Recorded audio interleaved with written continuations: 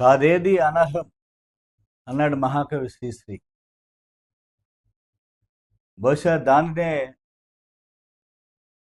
అనుసరణీయంగా భావిస్తున్నారు నేటి పాలకులు. విజయవాడ పార్లమెంటు సభ్యులు గౌరవనీయులు కేశినేని శివనాథ్ ఎలియాస్ చిన్ని వారి ఆధ్వర్యంలో జగ్గైపేట నందిగామ నియోజకవర్గంలో భూగర్భ జలాలు అడుగంటిపోయేలా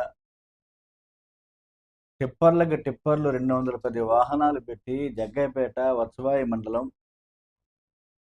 ఇందుకుపల్లి నదీ గర్భాన్ని చీలుస్తూ తెలంగాణ రాష్ట్రానికి ఇసుకని అక్రమంగా రవాణా చేస్తుంటే గత 5-6 మాసాలుగా యథేచ్ఛగా లింగాల, మల్కాపురం అనేక ప్రాంతాల్లో అనిగలపాడు, పెనుగంచిపూర్లో రైతులు ఆఫ్ చేయటం జరిగింది. రైతులు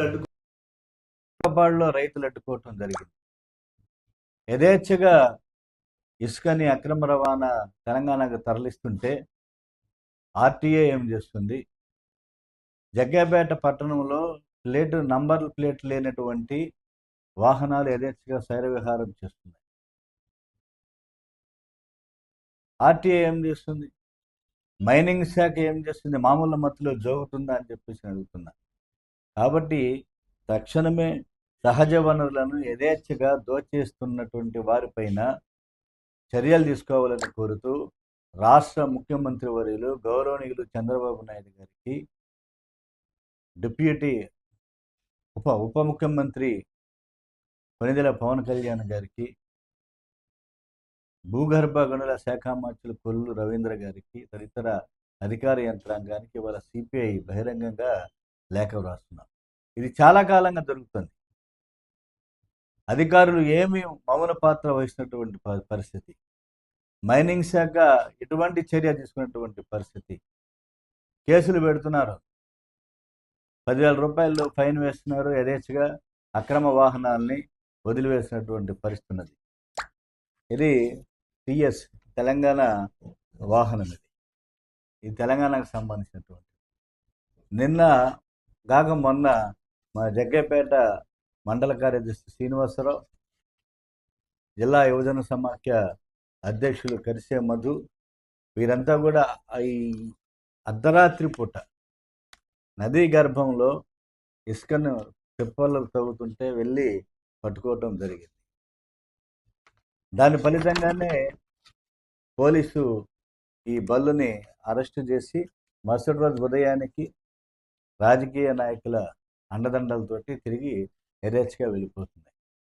కాబట్టి చంద్రబాబు నాయుడు గారు ఏం చెప్పారు?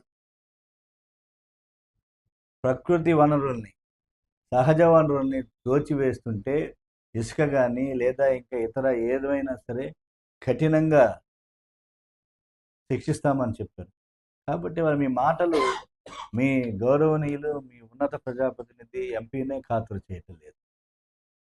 కాబట్టి సీఎం గారు ఆలోచించాలి, ఉప ముఖ్యమంత్రి పవన్ కళ్యాణ్ గారు ఆలోచించాలి, కోతవేడు దూరంలో ఉన్న నారా లోకేష్ గారు ఆలోచించాలి. ఎక్కడుంది వాళ్ళ ఇంత దారుణంగా యథేచ్ఛగా ఓ పక్కన బుడమేరు ముంపు వరద ప్రమాదాన్ని చవి చూశాం. ఆపరేషన్ బుడమేరు అమలు చేస్తామని చెప్తున్నారు, మైనింగ్ మాఫియాని అరికడతామని చెప్తున్నారు. కానీ యథేచ్ఛగా కొనసాగుతూ ఉన్నది. తెలంగాణకు అక్రమంగా ఇసుకని రవాణా చేస్తున్నటువంటి పెద్దలు ఎవరైతే ఉన్నారో వారి మీద చర్యలు తీసుకోవాలి. వారికి సహకరిస్తున్నటువంటి, వారికి అండదండలుగా ఉన్నటువంటి అధికార యంత్రాంగం ఎవరైతే ఉన్నదో తక్షణమే వారిపై చర్యలు తీసుకోవాలని చెప్పి చంద్రబాబు నాయుడు గారు ఈ లేఖకు స్పందించి తక్షణమే ఇమీడియట్ యాక్షన్, ఒక విచారణ కమిటీని నియమించి దీనికి బాధ్యులైనటువంటి వారిపైన తక్షణమే చర్యలు తీసుకోవాలని చెప్పి ఎన్టీఆర్ జిల్లా సిపిఐ సమితి తరఫున విజ్ఞప్తి చేస్తున్నారు.